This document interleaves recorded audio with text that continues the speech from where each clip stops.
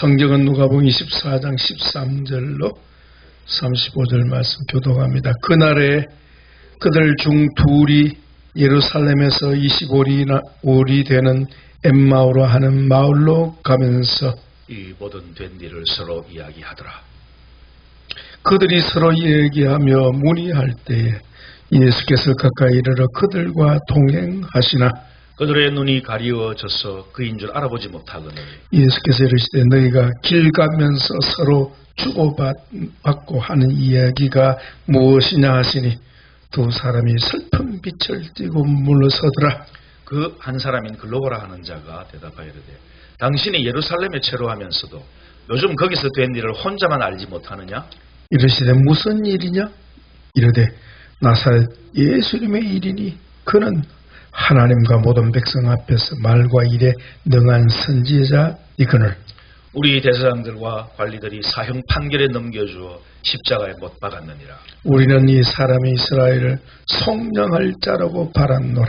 이뿐 아니라 이 일이 일어난 지가 사흘째요. 또한 우리 중에 어떤 여자들이 우리로 놀라게 하였으니 이는 그들이 새벽에 무덤에 갔다가 그 시체는 보지 못하고 와서 그가 살아나셨다는 천사들의 나타남을 보았다 함이라.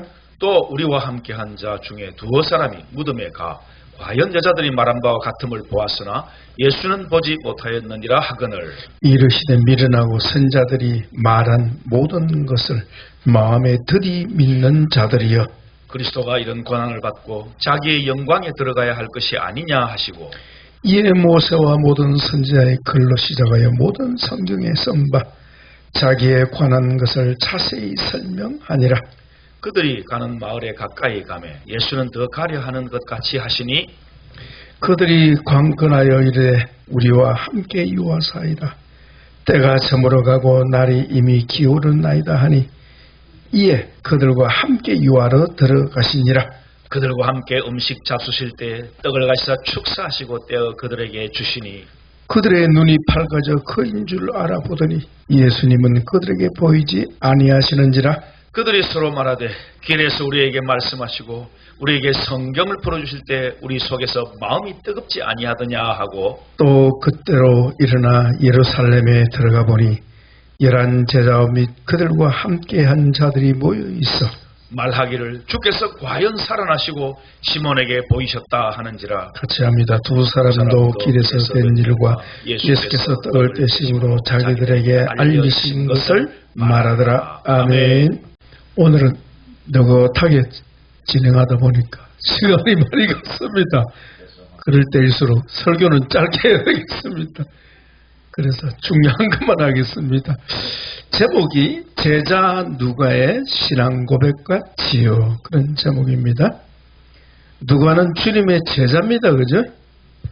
제자 분명히 제자인 것 틀림없는데요. 또한 그는 누가복음을 기록한 사도이기도 합니다. 사실 누가는 사도예요. 12사도는 아닐지라도 사도임이 분명합니다. 사도가 아니고 어떻게 성경을 기록하겠습니까? 그죠? 그것도 분량이 얼마나 많습니까? 누가복음 분량이요. 마태복음 분량은 많아요. 장수는 적어도요.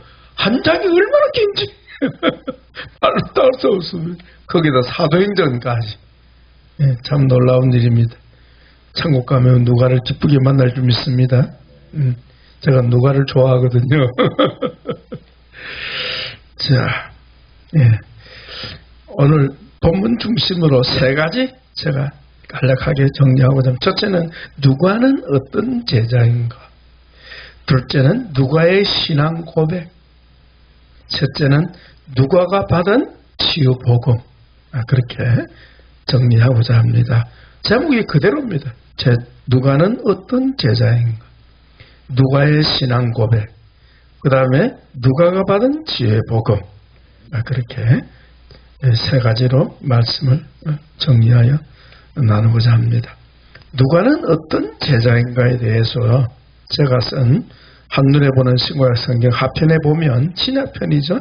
보면 누가복음 개간에 첫 번째 주요 해설에 누가는 어떤 제자인가 거기에 제가 설명을 해놨습니다.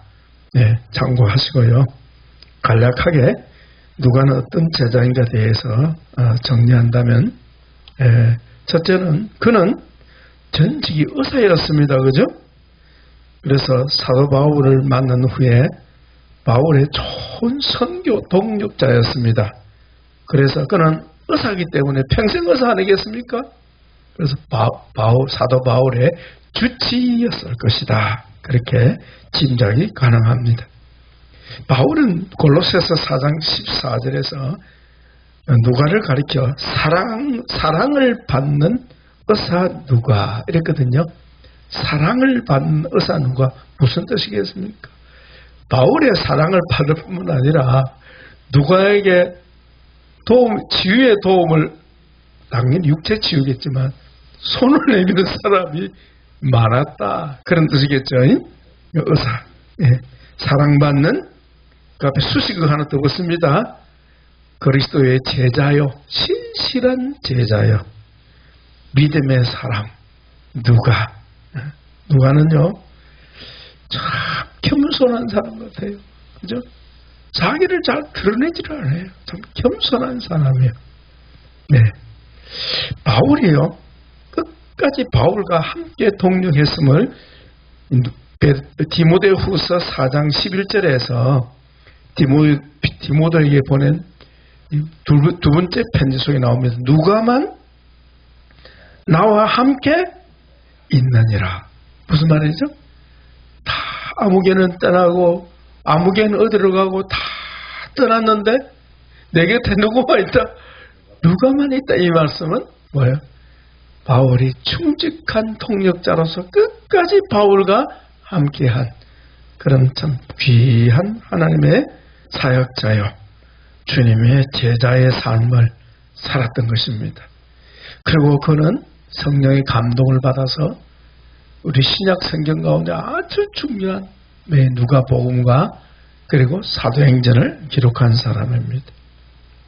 그는 언제 주님을 만났으며 어떻게 누가복음을 기록할 수 있었는가는 우리가 구체적으로 알 길은 없습니다만은, 저는 성경을 연구하면서 그는 12제자와 같았을지는 않을지라도 중간에 예수님을 만나서 70인 제자가 되었다는 겁니다.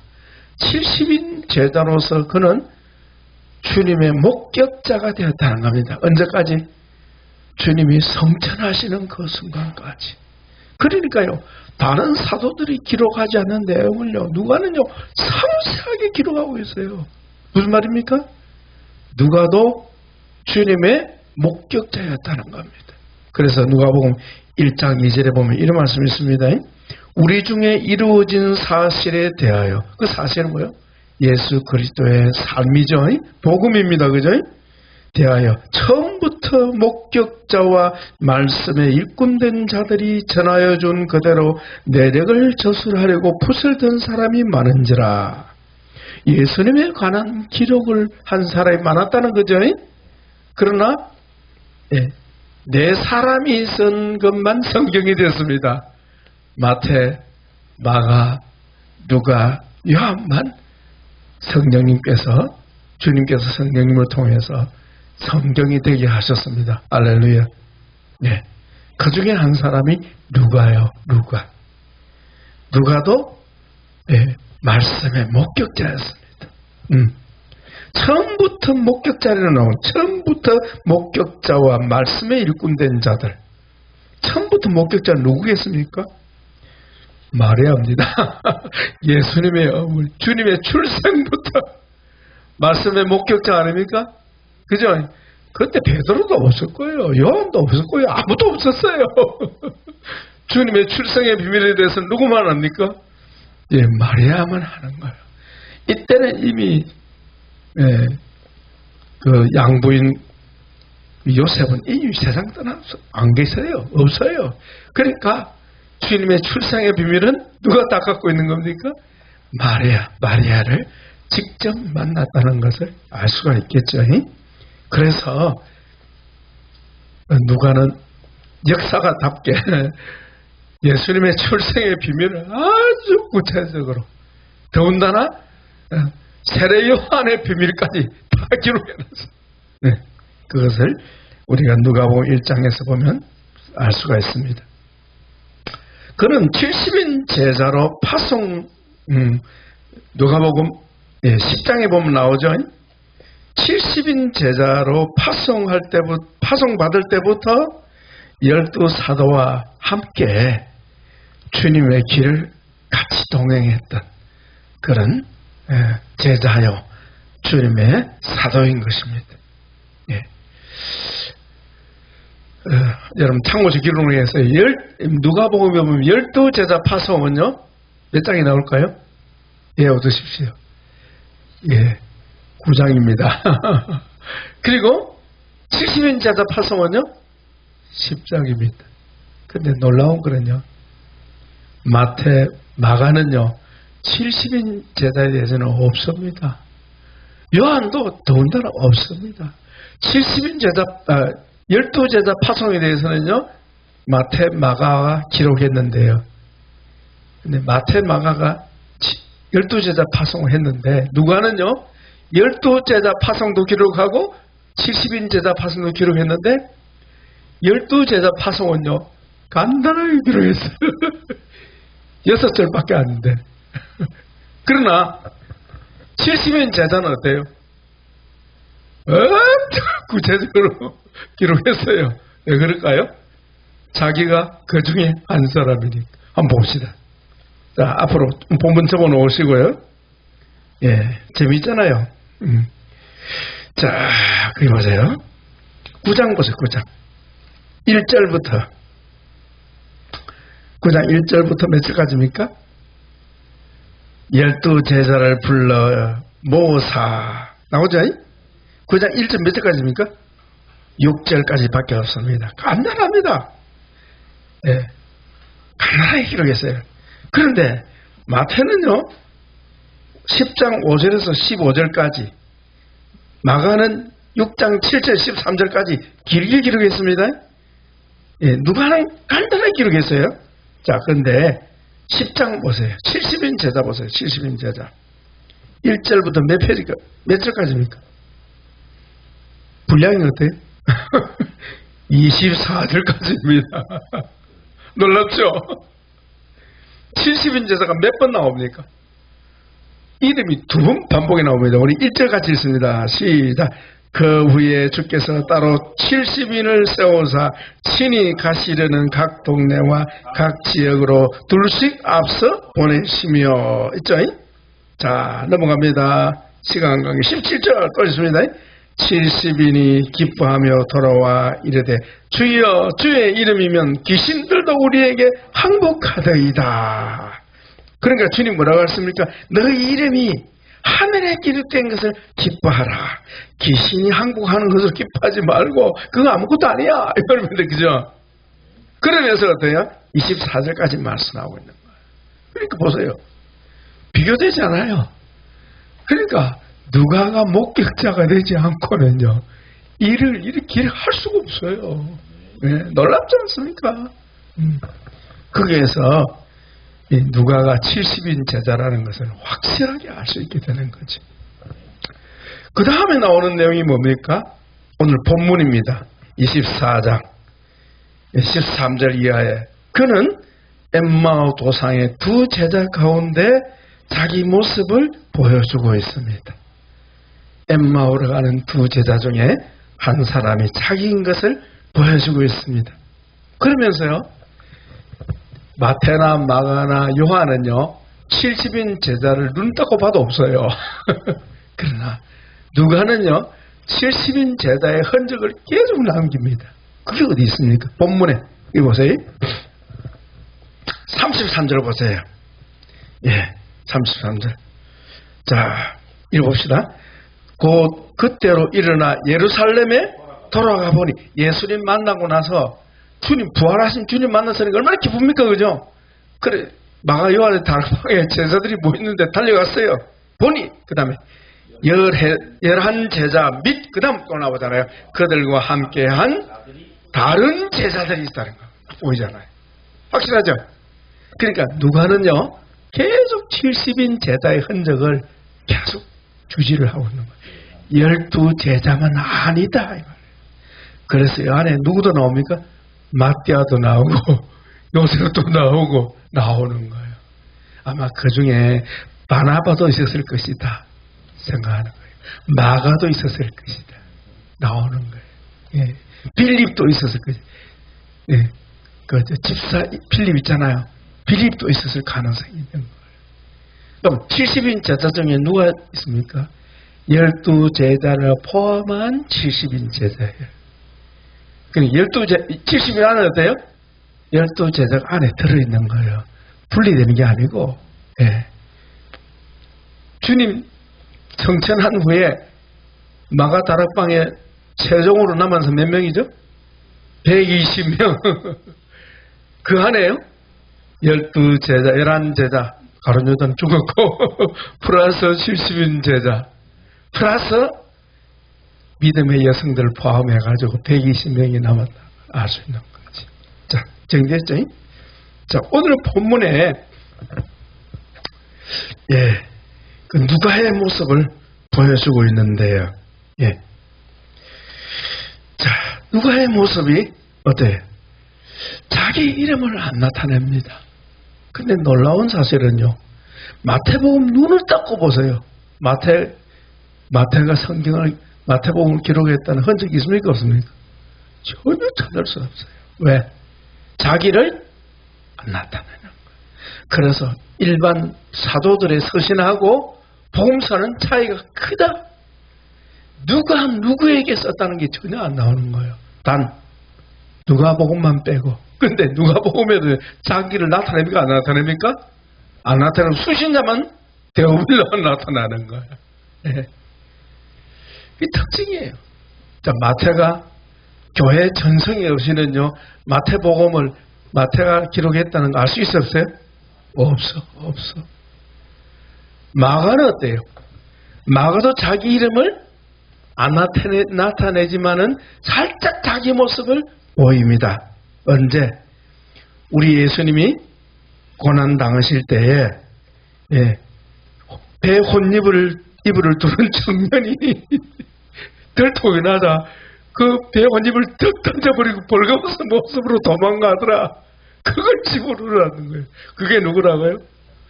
자기라는 거죠. 그게 암시를 해라는 암시.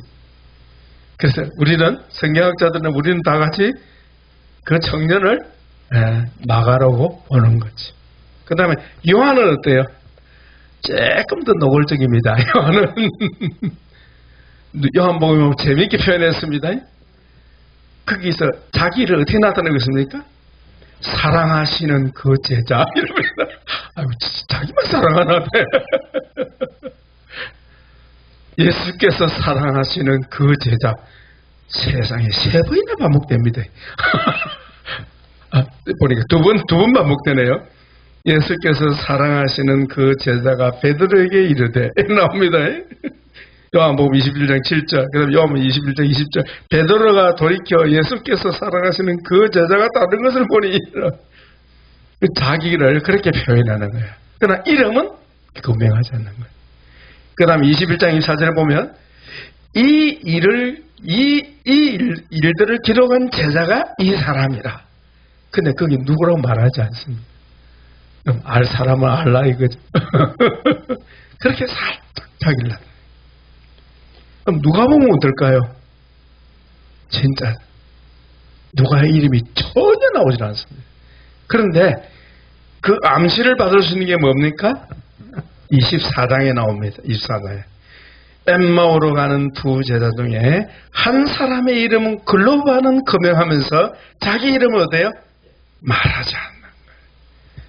이게 아름다운 미덕 아니겠습니까? 그죠?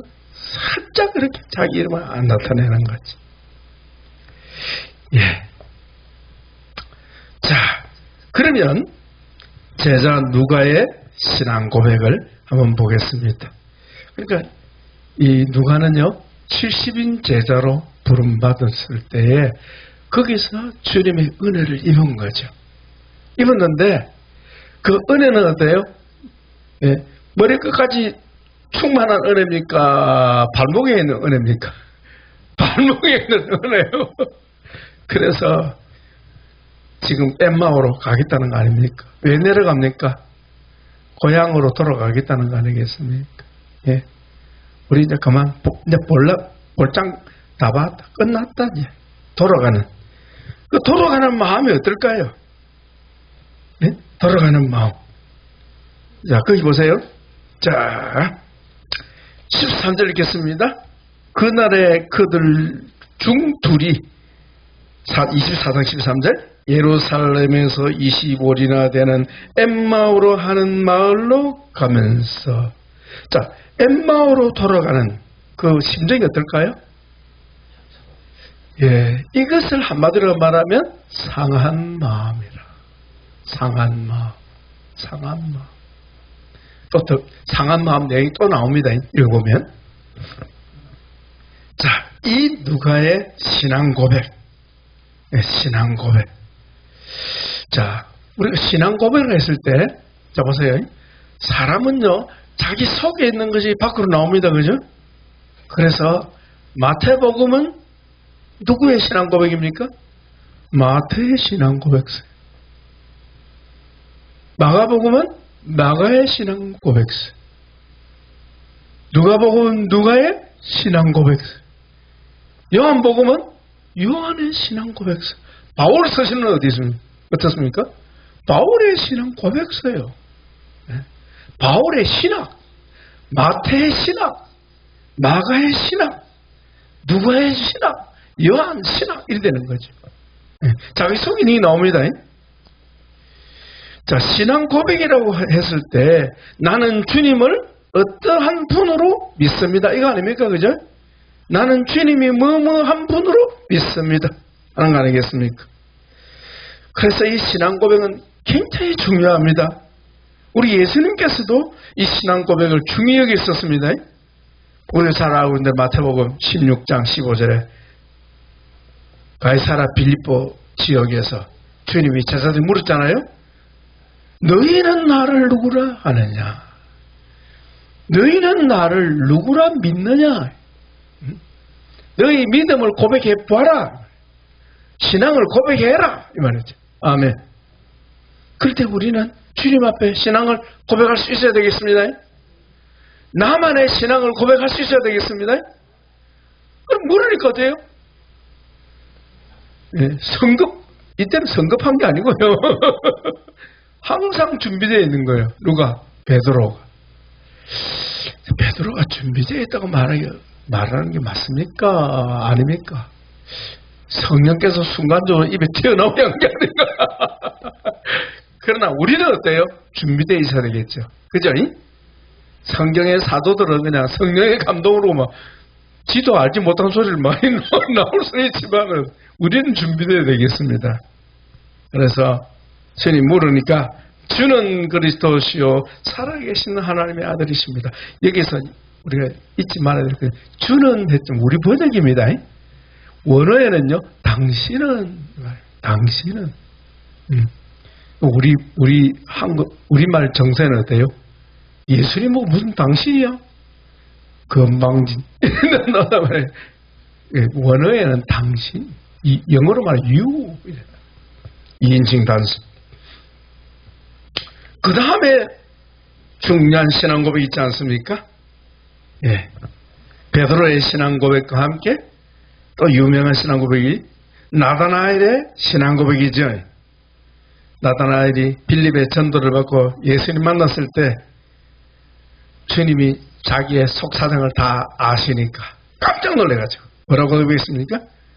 한번 따라합시다. 랍비여, 당신은 하나님의 아들이시요 당신은 이스라엘의 임금이로소이다. 예. 주님이 묻지 않았는데 나다나엘은요 집에서 그냥 주님을 향한 놀라운 신앙 고백을 했습니다. 예, 두 번째죠. 당신은 하나님의 아들이시요 이스라엘의 왕이십니다. 이것을 달리 표현한다면 나의 하나님, 나의 왕이십니다. 예수님은 나의 하나님, 나의 왕이십니다. 놀라운 고백 아닙니까? 그죠? 그 다음에 셋째는 도마의 신앙 고백입니다. 그죠?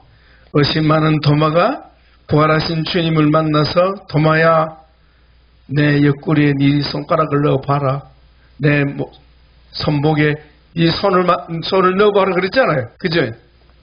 그러면서 그러니까 주님 앞에 고백했습니다. 그죠? 따라하십니다. 나의 주님이시여 나의 하나님이십니다. 예, 나의 주 나의 하나님. 그래서 베드로와 나다나엘과 도마의 신앙 고백을 하나로 묶으면 어떻게 됩니까?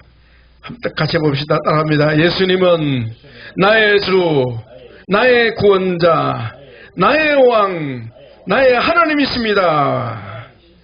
이렇게 우리가 주님을 믿고 고백하면 좋겠습니다. 그렇다면 누가의 신앙 고백은 무엇일까? 저는 성경에 명백하게 무엇이라 표현되지 않았지만 누가복음을 연구해보면 누가의 신앙 고백은 무엇일까? 제 나름대로 한번 정해봤습니다. 마음이 상한 자를 고치시는 치료의 예수님이시다. 예수님은 나의 상한 마음을 고치시는 치료의 주님이시다. 예수님은 마음이 상한 자를 고치시는 치유의 주님이시다. 그렇게 고백할 줄로 믿습니다. 예수님은 마음이 상한 자를 고치시는 여호와 라파이시다 하는 겁니다. 자, 그래서 누가복음의 지우개서는요 특별히 마음이 상한 자에게 집중이 되어 있다 하는 겁니다. 마음이 상한 자에게 주님의 그 시선이 집중되어 있다. 그 부분을 끌어주거든요. 그래서 제자 누가가 받은 치유의 복음은 무엇인가? 우리가 복음성 마음이 상한 자를 고치신 주님에 대한 찬송 불렀습니다마는 이 제목이 딱 맞아떨린 생각해요. 마음이 상한 자를 고치시는 주님. 한번 불러볼까요? 마음이 상한 자를 고치시는 주님 하늘의 아버지 날 주관하소서 주의 길로 인도하사 자유케 하소서 새 일을 행하사 분케 하소서 의에 줄이고 목이 마르니 성령의 기름 부소서 의에 줄이고 목이 마르니 내 잔을 채워 주소서. 아멘. 꼭 같이 합시다. 자, 마음이 상한 자가 치유를 받으면 어떻게 됩니까? 자유케 되는 거예요. 아멘. 마음이 상하면 어떻게 된다고요? 묶여버리는 거예요. 묶여 사는 거예요. 옛날 상처에 묶여 사는 거예요. 옛날 자신에게 상처 준 사람에게 매여 사는 거예요. 예수 이름으로 해방되기를 축복합니다. 어떻게 하면요? 상한 마음을 주님께 내어 드려야 되는 겁니다. 그게 토설 아닙니까? 그죠?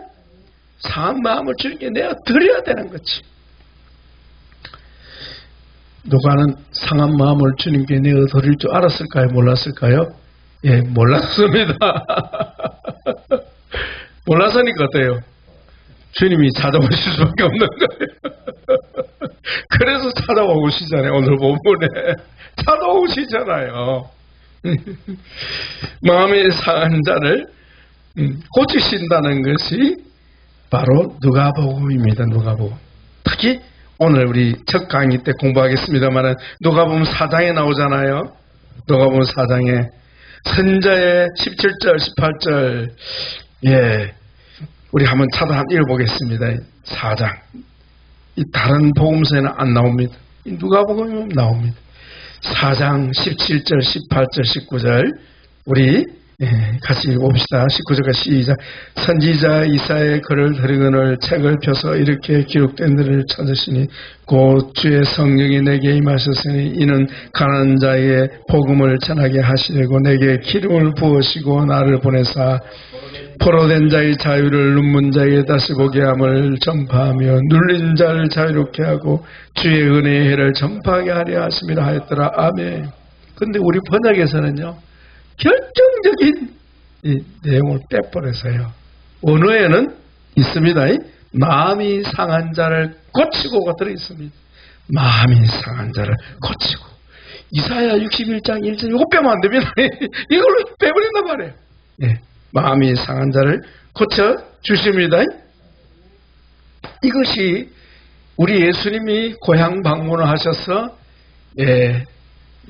고향에 있는 사람들, 고향 나사렛 회당에 들어가셔서 이사야 61장 1절 2절 말씀을 3절까지 읽으셨을 것 같아요. 계속 더 읽겠죠. 읽으시고 이 말씀이 너희 귀에 응하였다. 그렇게 말씀하셨습니다. 그러니까 예수님이 이 말씀을 성취하려고 이 땅에 우리를 찾아오신 겁니다. 자, 오늘 본문에서 마음이 상한 자의 모습을 한번 찾아보겠습니다. 오늘 본문 거기 보십시오. 17절 보면 보입니다.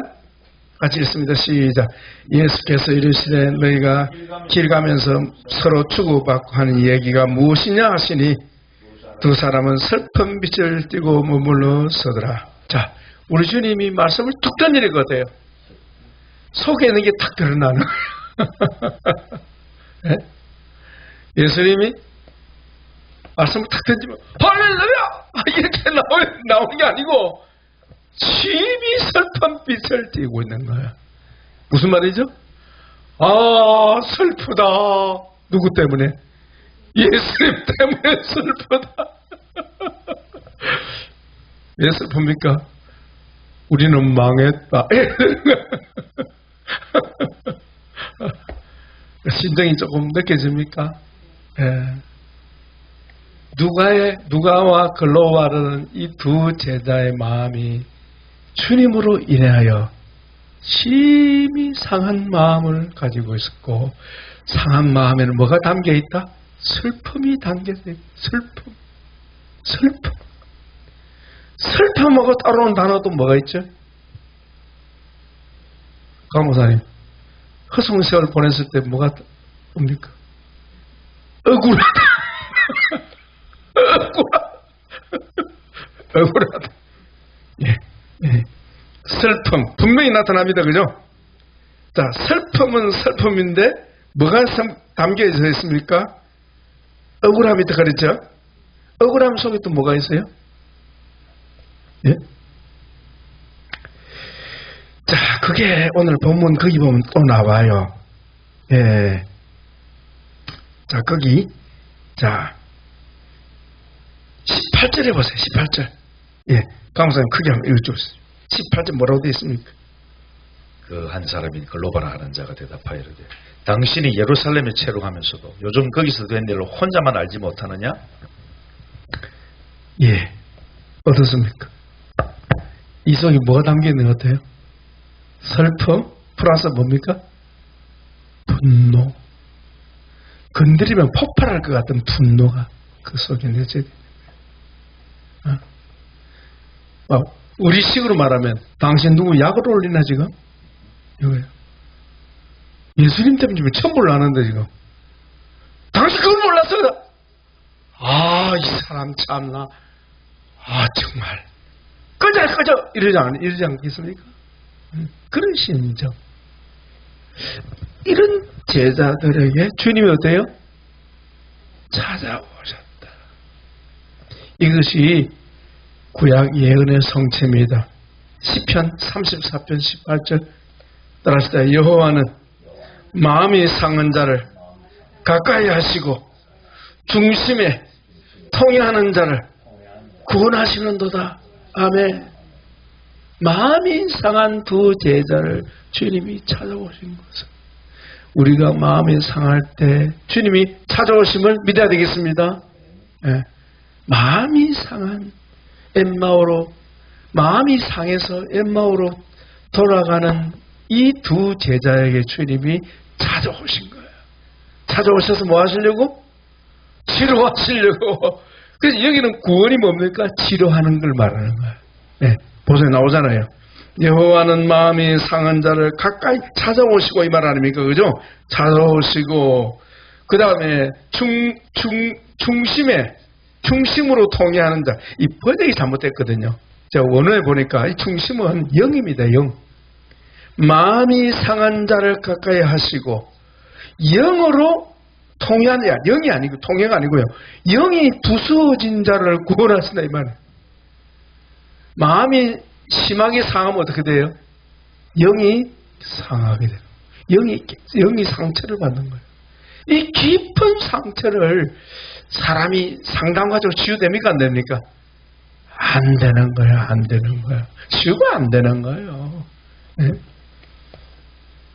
그래서 성경에 보면 구약 창세기에 요셉을 잃고 야곱이 위로받기를 거절했다. 너무 깊은 상처는 사람의 위로가 안 되는 거죠. 그러나 주님은 마음이 상한 자를 고쳐주십니다. 자, 여기 보면 우리 주님은 이들에게 다가오셔서 이들의 상처를 치료하시는 상처 방법이 나옵니다. 자, 25절, 26절, 27절까지 읽습니다. 시작. 이르시되 일어나여 선자들이 말한 바라 모든 것을 마음에 더디 믿는 자들이여, 그리스도가 이런 고난을 받고 자기의 영광에 들어가야 할 것이 아니냐 하시고, 이에 모세와 모든 선자의 글로 시작하여 모든 성경에 쓴 바 자기에 관한 것을 자세히 설명하니라. 아멘. 자, 첫 번째 25절은 뭡니까?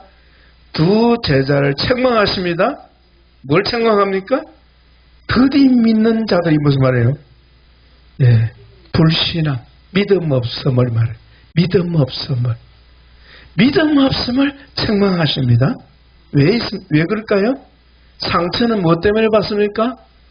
믿음 없음, 불신앙 때문에 상처를 받는 거예요. 불신앙 때문에 죄를 낳고 죄는 사망과 고통을 낳는 겁니다. 그래서 주님은 찾아오셔서 이들의 불신앙을 믿음으로 바꿔 주십니다. 그게 치유예요. 주님의 치유법을 봅시다. 어떻게 주님 치료하십니까? 십자가의 고난과 부활을 주님이 풀어 설명하시잖아요. 그죠? 풀어 설명하시는 거예요. 그래서 이 복음의 말씀으로 주님이 그들을 치료하실 때에 성령님이 역사하셨습니다. 성령이 역사하시면 어디 보면 알 수 있습니까? 거기 32절 나오잖아요. 같이 읽습니다. 그들이 서로 말하되 길에서 우리에게 말씀하시고 우리에게 성경을 풀어주실 때에 우리 속에 마음이 뜨겁지 아니하더냐. 무슨 말입니까? 말씀을 들을 때 누가 역사하십니까? 성령님이 역사하셔서 그들의 상한 마음을 고쳐주십니다. 상한 마음을 고쳐주실 뿐만 아니라 큰 확신을 부어주실 줄 믿습니다. 그러니까 그 마음속에는 어둠이 떠나가고 상한 마음이 치유되는 겁니다. 그래서 치유의 주체는 누구라고요? 성령 하나님이십니다. 예수님은 말씀으로 우리를 치료해 주시고 성령으로 치료해 주실 때 우리가 온전히 치유되고 회복되는 것입니다. 그래서 그 결과 그들의 마음의 슬픔이 떠나갔습니다. 기쁨으로 충만하게 되었습니다. 분노가 치유되었습니다. 마음이 평안해졌습니다. 자유함을 얻게 된 거예요. 할렐루야. 이것이 마음이 상한 자를 고치시는 주님의 방법이라는 거예요. 자, 여기서 왜 마음이 상처를 받습니까? 뭐 때문입니까? 불신앙 때문이다. 그래서 불신앙이 치유돼야 마음의 상처가 회복이 되는 거예요. 아멘. 예. 그리고 주의 영이 역사하셔서 그 상한 마음을 실제로 우리를 고쳐주실 줄 믿습니다. 그래서 여기 엠마오로 간 두 제자 글로바와 누가는 마음의 그 상처를 주님으로부터 치유받았던 것을 우리가 알 수가 있겠습니다. 오늘도 우리 강의를 통해서도 많은 은혜 받기를 축복합니다. 제자 누가의 신앙 고백과 치유에 관하여 말씀을 상고했습니다. 예수 그리스도는 치료하시는 여호와였습니다. 우리의 상한 마음을 고치시는 치유의 주님을 믿기를 축복합니다. 기도하겠습니다. 예수님, 이사야 61장 1절로 3절의 예언을 성취하시기 위해서 이 땅에 오셨고 주님이 오셔서 증거하신 그 말씀을 성경에 기록하여 놓았고, 오늘 누가복음 24장 13절 이하의 말씀에서 마음이 상한 자를 고치시는 주님의 모습을 생생하게 저희에게 보여주셔서 감사합니다.